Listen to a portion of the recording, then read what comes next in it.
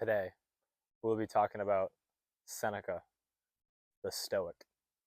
And I will say that I believe Seneca is a soft hearted Stoic. You know, a lot of people believe Stoicism nowadays is something where you don't show emotion, you don't have emotion, and you're just basically a rock. And whatever happens to you, there's zero emotion, it just is what it is, and that's the way it goes. And that is not what I believe Stoicism is.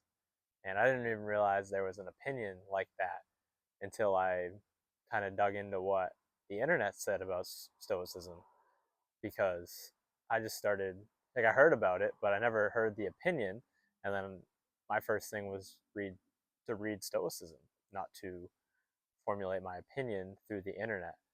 And I never came to the conclusion of these people saying that you should not feel emotion and that emotion is bad. And Seneca, I believe, is a great example of a Stoic who feels emotion and he understands emotion. I believe, Stoicism is something to help you see your emotion but not act upon it. It's like your your mind is like a river, and you're in your mind and you're standing at the bank of the river, and you have all these emotions going down the river and they're all racing down, and it's up to you if you want to jump on them and ride them off the waterfall, or if you want to just sit there and perceive the emotion and watch it slowly go by, without truly acting upon it. You don't need to act upon every little emotion you get. It's like, all right, just making sure this thing's on. I've done that before. But yeah, I don't think Stoicism says you don't feel emotion. It knows you feel emotion, which is why it says you need to control yourself, because it feels the emotions. And Seneca, in this book, Hardship and Happiness, has a couple consolations to loved ones. He has consolations to a daughter whose father just recently died, a consolation to his mother after he was put into exile, and so many other consolations to friends who are dealing with emotions and hard things. And like the one to his mother, he's he's trying to help her deal with the fact that he has gone into exile, and trying to tell her to look at the bright side of the situation, but while also saying that he knows that this emotion is not going to go away so easily. And the other one, this girl, I can't remember if it's her father who passes or one of her kids, but she's, changed by it. And he says, I would have wrote you sooner, but there's nothing worse than treating a wound early, or giving someone medicine too early. It's got to sit in, it's got to settle, he says. The pain has to settle so then you can attack the wound and the pain. So he says, I waited to consult you, to let your pain settle. And now that I see that seems like it is settled, let me try to help, even though I know it is such a hard task. He understands that these people are feeling super strong emotions and he feels bad for them. And, Seneca was Nero's teacher, a very corrupt emperor and corrupt ruler. And people speculate that Seneca was only Nero's teacher because he saw how wicked he was. And he took it upon himself to try to help Nero, because he said, if not me, then who? If not now, then when? And how I think that correlates to the situation, if not Seneca, then who? Someone worse, someone less qualified, someone who's going to think that there's something in it for him, who telling Nero what he wants to hear all the time. And if not now, if not right here, right now, then when? When is someone going to stand up to this tyrant of an emperor?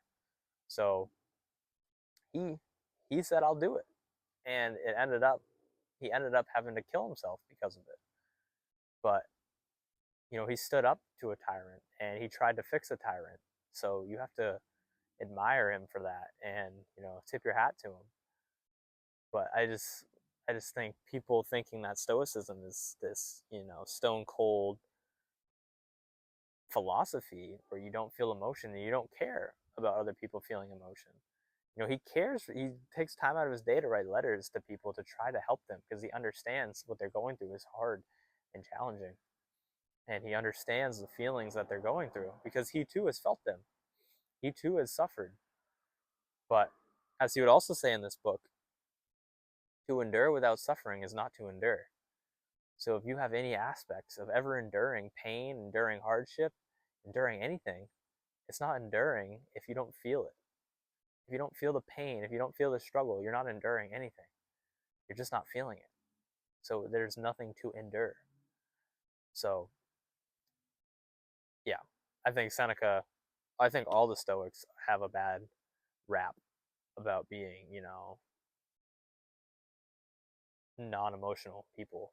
But, Marcus Aurelius, there's stories that he's wept for his teachers, and I'm assuming he probably wept for his kids. He buried like seven or like four or like seven kids, something like that. Like, you know, I don't want to say like you get numb to it after a while, but he learned to prepare himself for these things. And that is not a fault of his own. That is not a fault of Marcus to prepare himself for maybe another one of his kids dying to a sickness. Would it have been better if he let it overtake him and destroyed Rome in the process?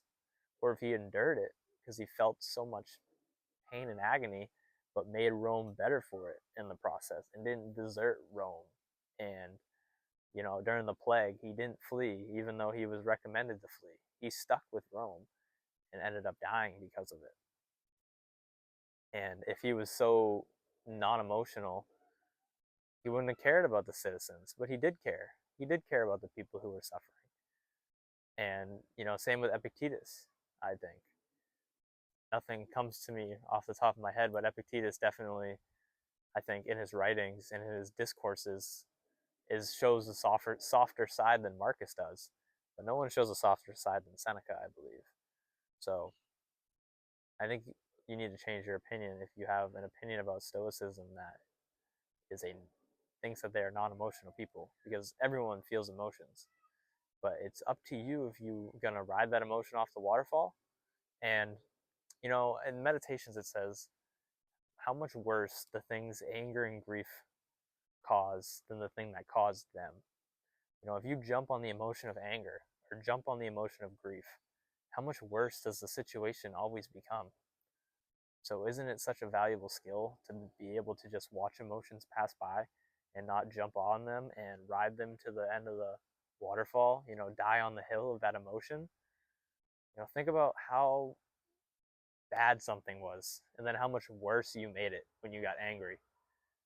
I think it's just clear that everyone's done it at least once, made a situation worse through their anger. So don't believe that the stoicisms don't feel emotion, and that stoicism is about not feeling emotion, because that's impossible and they knew that. But it's about dealing with your emotions and dealing with the strong pleasures that you may feel an inclination to take from an emotion. And they understand too that people grieve, and they understand too that even though they're not afraid of death, that other people are, and they feel bad for them and they want to help them. So yeah, if you want to read a soft-hearted stoic, I say you should read Seneca. And there's this translation that the University of College Press did, and to be honest, this has good letters in it, but I like the Penguin's Classic translation more. But I don't know if it has the same letters in it. But there's also a On the Shortness of Life book. It's like this big on Amazon, and you get, I think, 3 of the constellations in here, and um, the Shortness of Life essay. But this book is very good. Honestly, I would recommend this one just because of the letters you get.